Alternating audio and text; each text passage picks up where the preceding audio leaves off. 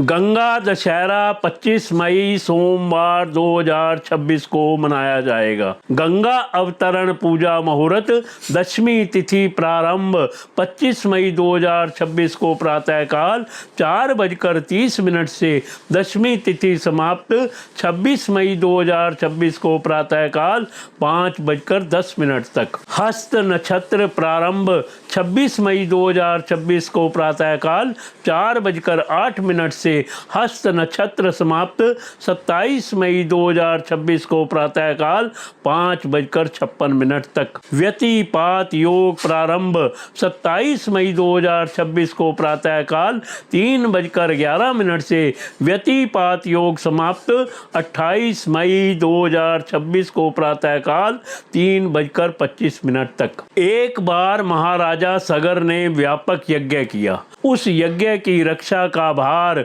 उनके पुत्र अंशुमान ने संभाला। इंद्र ने सगर के यज्ञ अश्व का अपहरण कर लिया। यह यज्ञ के लिए विघ्न था। परिणामत अंशुमान ने सगर की 60,000 प्रजा लेकर अश्व को खोजना शुरू कर दिया। सारा भूमंडल खोज लिया पर अश्व नहीं मिला। फिर अश्व को पाताल लोक में खोजने के लिए पृथ्वी को खोदा गया।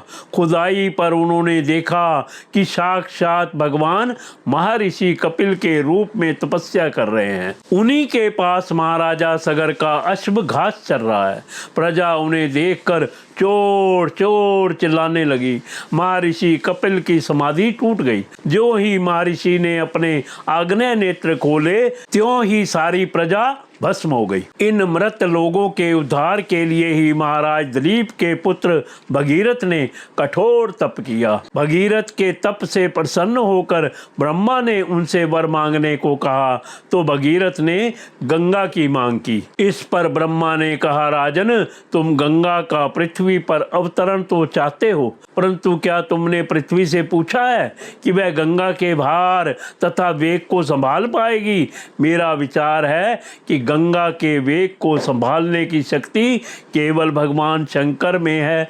इसलिए उचित यह होगा कि गंगा का भार एवं वेग संभालने के लिए भगवान शिव का अनुग्रह प्राप्त कर लिया जाए। महाराज भगीरथ ने वैसा ही किया।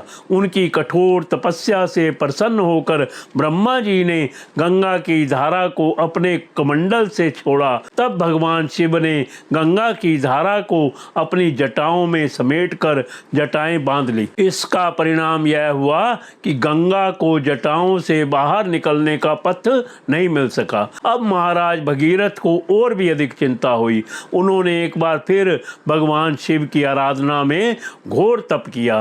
तब कहीं भगवान शिव ने गंगा की धारा को मुक्त करने का वरदान दिया। इस प्रकार शिव जी की जटाओं से छूटकर गंगा जी हिमालय की घाटियों में कल कल निनाद करते मैदान की ओर मुड़ी। इस प्रकार भगीरथ पृथ्वी पर गंगा का वरण करके बड़े भाग्यशाली हुए। उन्होंने जनमानस को अपने पुण्य से उपकृत कर दिया। युगों युगों तक बहने वाली गंगा की धारा महाराज भगीरथ की कष्टमयी साधना की गाथा कहती है। गंगा प्राणी मात्र को जीवन दान ही नहीं देती, मुक्ति भी देती है। इसी कारण भारत तथा विदेशों तक में गंगा की महिमा गाई जाती है।